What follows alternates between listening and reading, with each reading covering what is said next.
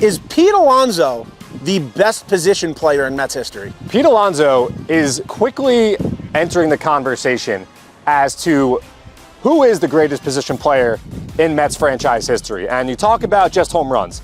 Darryl Strawberry, 252. David Wright, 242. Pete Alonso, now 221. You look at some other statistics. Pete Alonso is 6th all-time in RBIs in team history.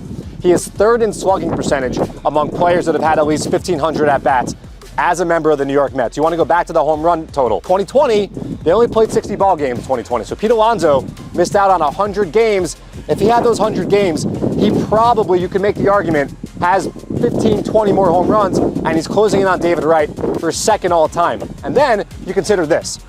Pete Alonso came up in 2019.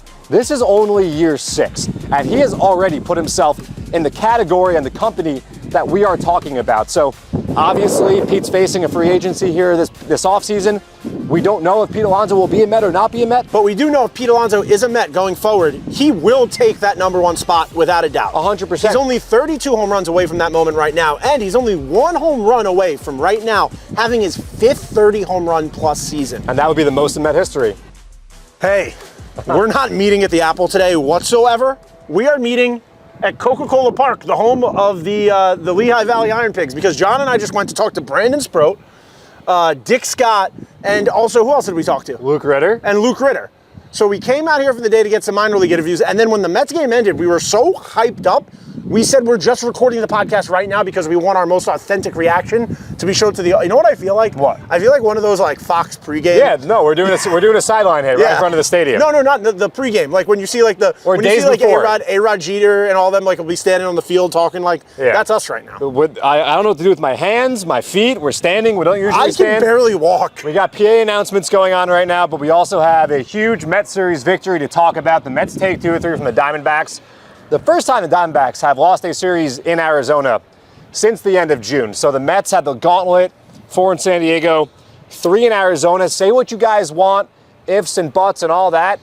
4-3 through the first 7 games, 3 looming in Chicago. You would have taken that. You would have taken that if we told you a week ago. You would have taken that. It was quite an eventful week in Arizona for sure. Yeah. Ups and downs and swings left and right, but the Mets had the final laugh. A 3-2 victory in Arizona on Thursday. Edwin Diaz closing things out. Easy 1-2-3 inning. Some huge moments to talk about. Oh, we're gonna get to our top 5 moments. There's a live. See that we're in the elements. We've got a live Philly fan. We're actually rooting for the Phillies this week. Yeah, go Phillies! We need some help. See, guys, this is why we did this because I don't know what he's wearing. I don't have my contacts in now. I don't even know where I am. It says Lehigh Valley, but I see Allentown on the Google Maps. Yeah, that's also an interesting thing. So what do you want to start with, Vito? You want to do top 5 moments of the series? I would love to do that. Let's do top 5 moments of Mets Diamondback. This is the 5s. This is the 5s. I'm David Stearns, and this is the 5s. Number 5, Harrison Bader's game-tying home run. Even though the game didn't end in a Mets victory, you're staying up late for a Mets night game, a Mets late night game. You're kind of out of it. You're like, you know what? It's 10:30. Mets just gave up 4 runs. I'm going to go to sleep and wake up. No, I didn't do that, John. I stayed up. And you know what? I'm glad I stayed up because seeing Harrison Bader step up, tie the game with that home run, and then the Mets actually take the lead, that's what you want to see from a team. And you've said this every week on the podcast. You said, I would rather go into the 8th inning leading the game than trailing the game. 100%. And that just shows you the Mets have fight. And they have that 2015 no lead is safe Mets vibe. And as we've also talked about, the Mets coming back, making Arizona get into their bullpen and use a bunch of pitchers that maybe were unavailable for Torey Lovullo on Thursday. So that was big. And of course, Harrison Bader with a huge hit. You guys know how clutch he's been all year, the big game time go-ahead hits. 6th inning or later this season, another big hit for Harrison Bader, who's gotten hot on this road trip. Big hit Bader had the home run in San Diego on Saturday night. And I know another home run on Wednesday. I know he didn't break up the perfect game. Yeah. But he's the guy. I feel 2 moments this year there were no hitters or perfect games. Yes, he comes up, he takes it away. This time, he didn't take it away, but he did take the lead away. He did. So that's number 5, big hit for Harrison Bader. Also looking cool in the Siegelman Stable collection ads. Dude, when doesn't Harrison Bader look cool? He's the coolest. All right, what's number 4? We have different energy when we're doing this. I think we should do it more like this all the time. This is fun. Out in the elements, another PA announcement live on the podcast. All right, what's number 4? Number 4 of Mets Diamondbacks is that Game 1 5th inning rally. So you got Alvy have a big moment. You have Jeff McNeil, Tyrone Taylor, Brandon Nimmo, Alvy again. Just the boys were hot. And you know what's contagious? Hits.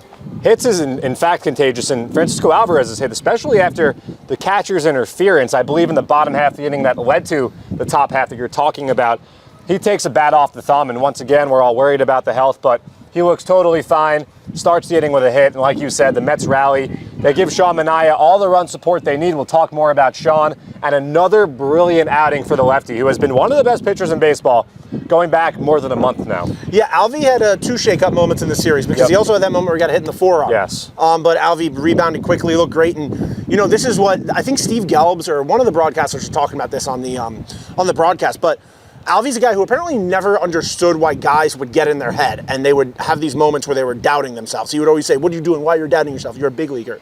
And he said this experience of facing adversity and really having to be challenged for the first time in his career has been incredibly important to him, and that he's learned a lot about himself and just what he could be as a ball player. Yeah, Mets fans worried about Francisco Alvarez. There's nothing to worry about. Kid is still just 22 years old. There are guys playing in this stadium right behind us, AAA ball game, that are much older than him that still haven't made the big leagues. I'm not talking about guys that are maybe 4A players or guys that have debuted and gone back and forth. Francisco Alvarez is a stud. Huge moments for him on Tuesday night, helping the Mets with a victory. What's number 3? Number 3 is from Game 3, and it's the Jose Iglesias go-ahead hit in the top of the 9th inning. Jose Iglesias has been a guy this year that has come up and changed everything that you could describe about the Mets. He brings aura, he brings vibes, he brings charting singles, and he also has brought some really impressive hits. I go back and I think about that walk he had back against in Pittsburgh. Chapman, against Aroldis Chapman that we talked about. Yeah, I mean, SNY flashed it. He has been money with runners in scoring position, 2 outs and runners in scoring position here on Thursday, picking up the runner on third with 2 outs. A massive hit. You mentioned charting singles. I mean, how about just big singles left and right? Stealing bases. And we talked with Dick Scott today, manager of the AAA Mets, Syracuse Mets, and the impact that Jose has had on so many young players that were here. He talked about the work he did with Mark Vientos. We know all about that. So you guys know it. We've talked about it all year. The impact that Jose has had in the clubhouse, on the field, the Latin music charts, you name it. It's been an incredible 2024 for Jose Iglesias, and Thursday proved that the story's not done yet. He continues to write stories. He continues to write his story and continues to add to the legendary year that he has been having. Another giant moment. Helps the Mets win a huge game. He also has the most dramatic at-bats, and I've said this before, of anybody I've seen. He's tough to strike out, and he's tough to strike out. That's tough to strike out, and just the movements. Like, always takes a running swing. Always is running towards first base after his swing. And just like the movements. Like Soto-esque. I wanted to say that. Iggy shuffle. It's a mini Soto shuffle. It's not the full Soto shuffle where you're really getting down. Yeah. Did you see the Little League World Series, by the way? I did. We're all the Canadian kids. I did. Right behind him. I did. The thing about Jose is he is so confident when he's in the batter's box, and he has such a command of the strike zone, and that helps him not striking out that much. He doesn't swing and miss that often. Where did his season start? Started with the Syracuse Mets. And we learned from a lot of guys today that Jose was an incredibly important part of these guys' years this year. Absolutely. All of them said that he would talk to them. I mean, you'll see this interview we did with Luke Ritter, but Luke Ritter said Jose used to go up to him every day and say, "What's your strategy today? What are you thinking?" And they would actually talk about it. But let's move on. Number 2 of Mets Diamondbacks, bottom of the 7th inning, David Peterson trying to get an extra inning out of him. What's he do? Has runners on first and third with 1 out. Gives us a beautiful double play. You know why? Because when David Peterson's on the mound, thanks, cue me up, it's a bad day to be a worm. And that was especially the case for the Worms in Arizona on Thursday. David Peterson, 11 ground balls, 2 double play balls in the outing. Another huge start, and what a moment for David. The camera kept cutting to the dugout. Carlos Mendoza, Jeremy Hefner on the top step.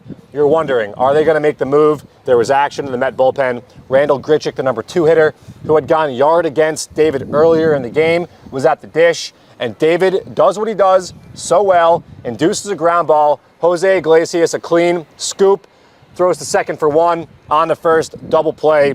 David Peterson rewards his manager for having the confidence in him to stick with him in a big spot. The Mets allow a run there. You don't know how things turn out. Arizona's probably Torey Lovullo's probably managing its bullpen a little bit different if they take the lead into the 8th and 9th innings. So a massive moment for David Peterson, who I mentioned this to you before and Hunter before we started recording.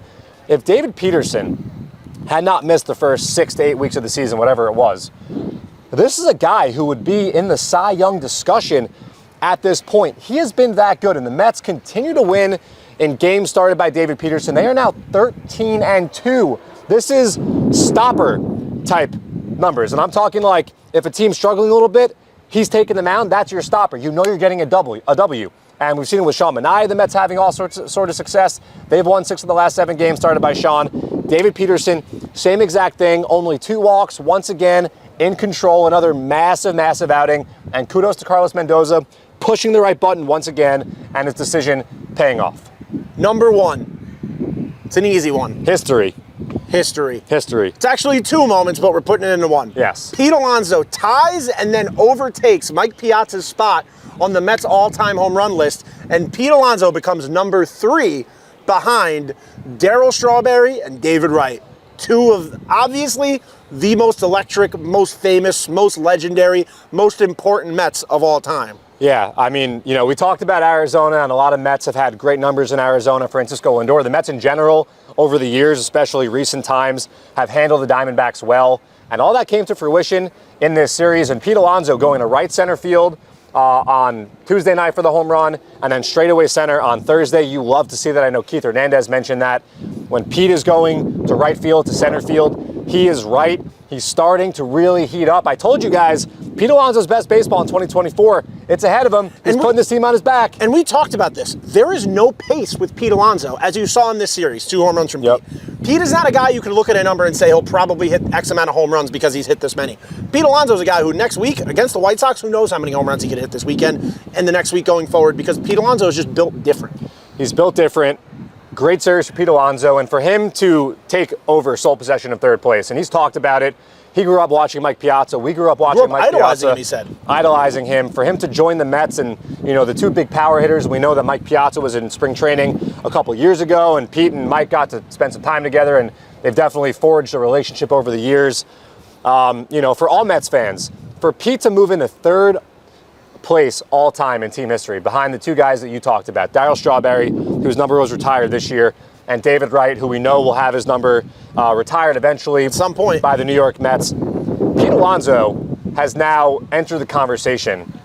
I have a question for you, John. Yes. Is Pete Alonso the best position player in Mets history? Pete Alonso is quickly entering the conversation as to who is the greatest position player in Mets franchise history. And you talk about just home runs. Darryl Strawberry, 252. David Wright, 242. Pete Alonso, now 221. You look at some other statistics. Pete Alonso is 6th all-time in RBIs in team history. He is 3rd in slugging percentage among players that have had at least 1,500 at-bats as a member of the New York Mets. You want to go back to the home run total.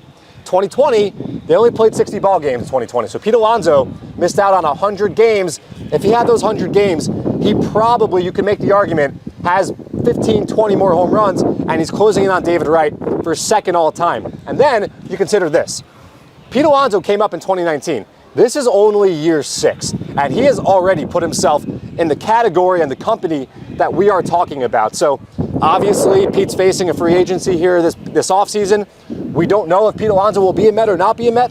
That's to come. But we do know if Pete Alonso is a Met going forward, he will take that number 1 spot without a doubt. 100%. He's only 32 home runs away from that moment right now, and he's only 1 home run away from right now having his 5th 30 home run plus season. And that would be the most in Met history. And Pete Alonso also, just one more thing about Pete Alonso. You want to compare somebody, you want to put somebody up with elite company, right? No player in Major League Baseball has hit more home runs than Pete Alonso since he debuted than one guy in the Bronx named Aaron Judge. And if you got to be on a number 2 list to somebody, Aaron Judge is pretty elite company. He is. We all need to appreciate what we're watching with Pete Alonso. It's special. He's a homegrown talent. The Mets took him out of the University of Florida. He is one of our own. And here's my favorite part about Pete Alonso. The dude shows up every single day. Every day, no matter what happens, no matter how bad it looked. When he got hit, when he fell face first into the dugout, looked like he almost broke his nose. You know what he did? He got up, he finished the game, and then he also played the next day. When Pete Alonso got hit in the arm last year, looked like he was going to be out for a few weeks. You know what he did? Work a little cast for a little bit of time, and he got back out there. You know why? Pete Alonso loves playing baseball, and he loves hitting home runs for Mets fans. He's a gamer, and you just said it. He loves hitting home runs for Mets fans. I always say, in all walks of life, the best ability is availability. He does say that. Pete Alonso is at first base each and every single night. We are lucky to have witnessed what we've seen the last 6 years. It has been an incredible 6 years. Pete Alonso truly is one of, if not the best position players in the history of the Mets. And Thursday was an iconic day for Pete Alonso, who now sits alone in third place, passing who we both grew up in the same era. Yeah. It was two guys for us. It was David Wright, number 5, and it was Mike Piazza, number 31. And Pete Alonso was right there in that very category. He's literally going through the Mets Eras tour. He has to pass Mike Piazza. He has to pass David Wright. He has to pass Darryl Strawberry. If you're a Mets fans, I mean, those are the 3 biggest eras. I mean, look, obviously you have the 60s. Yes. But we're talking about the 3 biggest eras of, like, recent memory, right? Guys that we've grown up seeing highlights of. Like, the Mets I would say 86 Mets are the most famous team in this franchise's history. 100%. For Pete Alonso to just be going through, collecting the Infinity Stones like Thanos of home run leaders. You're a big Infinity Stone guy. I feel like you talk about Infinity Stones a lot. You mention them a lot. Saying collecting Infinity Stones is just a thing at this point. No, but that's a reference you make. But I set you up for your references. I don't say, hey, I'm not saying it's a bad thing. Hey, look at John and the stupid worm thing. I raised my kings up. I didn't say it was a bad thing. I was just pointing something out. We got to move on to more things because we are losing daylight out here. The lights are on at Coca-Cola Park. And by the way, if you are a Mets fan and the Syracuse Mets are here in Lehigh Valley, make the trip out. It's only 2 hours away. It's a little bit easier than that Syracuse trip. Definitely. We got that light. That light just went on. We have light. Thank you guys. And it's a beautiful ballpark, and it is. Just really, really fun to come here for the day. And big thank you to Michael from the Syracuse Mets. Yes, definitely. Incredibly helpful. But I want to play a voicemail. Okay. And we only have time for one, so right. Guys, thank you for all your voicemails. I'm sorry that we don't get to more. It's just we have a limited amount of time on these podcasts. So I'm going to play this one. Hey, the Mets won the series. They're also going to win the World Series. Mets in 4. God bless. I think that Mets fans are energized right now, and for a good reason. Look, we started this road trip, everyone, for a while now. Even when we wrapped up the first half, we talked about this road trip in particular and San Diego and Arizona. And we know that both those teams got incredibly hot to start the second half. They both kind of catapulted themselves to the first and second wild card spots. Things could have gotten dicey. We know the Braves have been red hot as well, despite all the injuries that they've suffered. But I think we could say this. The Braves are probably due for a little bit of regression for the Mets to earn this victory on Thursday in Arizona. This was not a disaster by any means. As we said earlier in the show, as we said earlier in the show, 4-3 in the 7 games through San Diego and Arizona. I think that everyone would have signed for that before the trip started. And now the Mets go to Chicago to take on the White Sox. We know there are no easy games. There's no guarantee. This might be guaranteed rate field, but there's no guaranteed wins in baseball. There are no guaranteed wins in baseball. That's a very good one. I like that a lot. Thank you, man. So the Mets have to go and take care of business in Chicago, but they get a little bit of help from the Phillies this weekend. The Mets The Mets can return back home to Citi Field in a really good spot, and we both know the Mets have 7 games left with the Phillies. We're going to Wawa right after this to get hoagies to hype the boys in Philly up because we need some Philly wins this weekend. I'm going to get that tuna fish sub. I'm going to get that Italian hoagie. 7 with the Phillies, 3 with the Braves, and if for nothing else, we just learned right here, the Mets can go on the road and they can handle anybody because no one is playing better ball in MLB, forget the National League, than the Arizona Diamondbacks entering this series. So a job well done by the Mets, and that's why fans are buzzing right now talking about the World Series. 2 out of 3 games, you know what Mets gave everybody?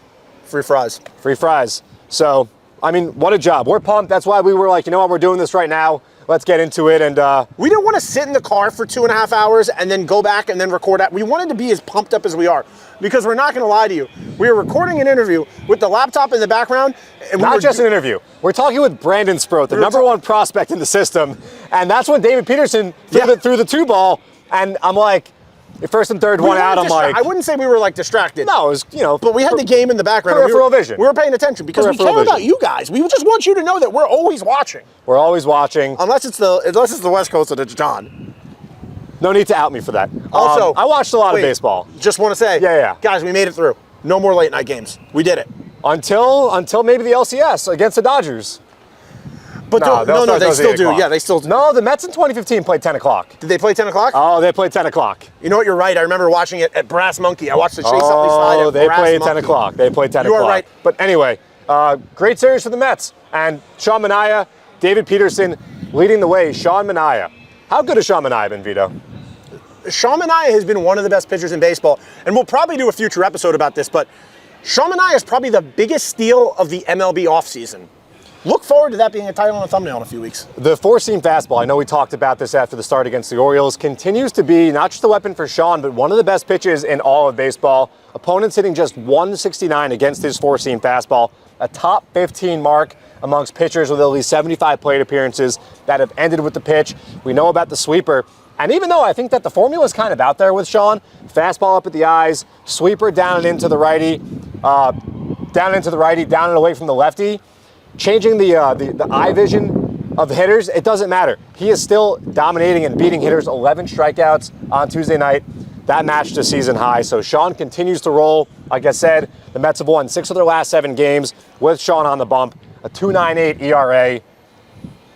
What a move. What an acquisition by this New York Mets front office. 100%. We go to Chicago this weekend. Jose Quintana gets to play at his old home ballpark. Yes. Got important starts from Sean Manaea, and Tyler McGill Friday gets to make his big return to the Mets starting rotation. This is a big game for Tyler McGill. And we've seen Tyler McGill come up from AAA and having a great debut start, correct? We have, and a few starts ago here with AAA Syracuse, 11 strikeouts and 7 2/3 innings of work. So Tyler has had success down here at AAA. He'll be back on the bump.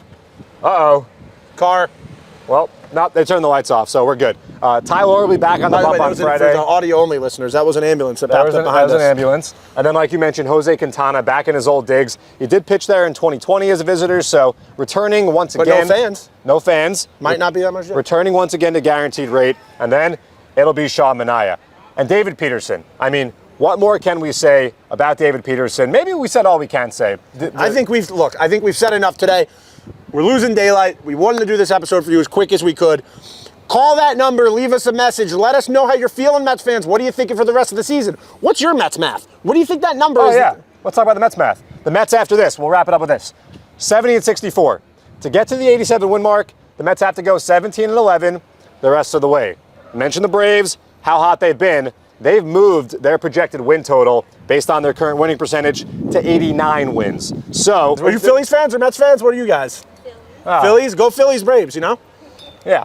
The Mets do have those 3 games head-to-head with the Braves. We know those games are all 2-game swings. So the Mets still in full control of their destiny here. The Mets still in a good spot. 6 games over 500. Heading to the south side of Chicago. The Mets have not been there since late July, early August 2019. If you remember, that's when Jeff McNeil made that catch going into the netting there. Michael Conforto had a big home run in the late innings. I think it was extra innings in Chicago. So it's been a while since the Mets have been to the south side.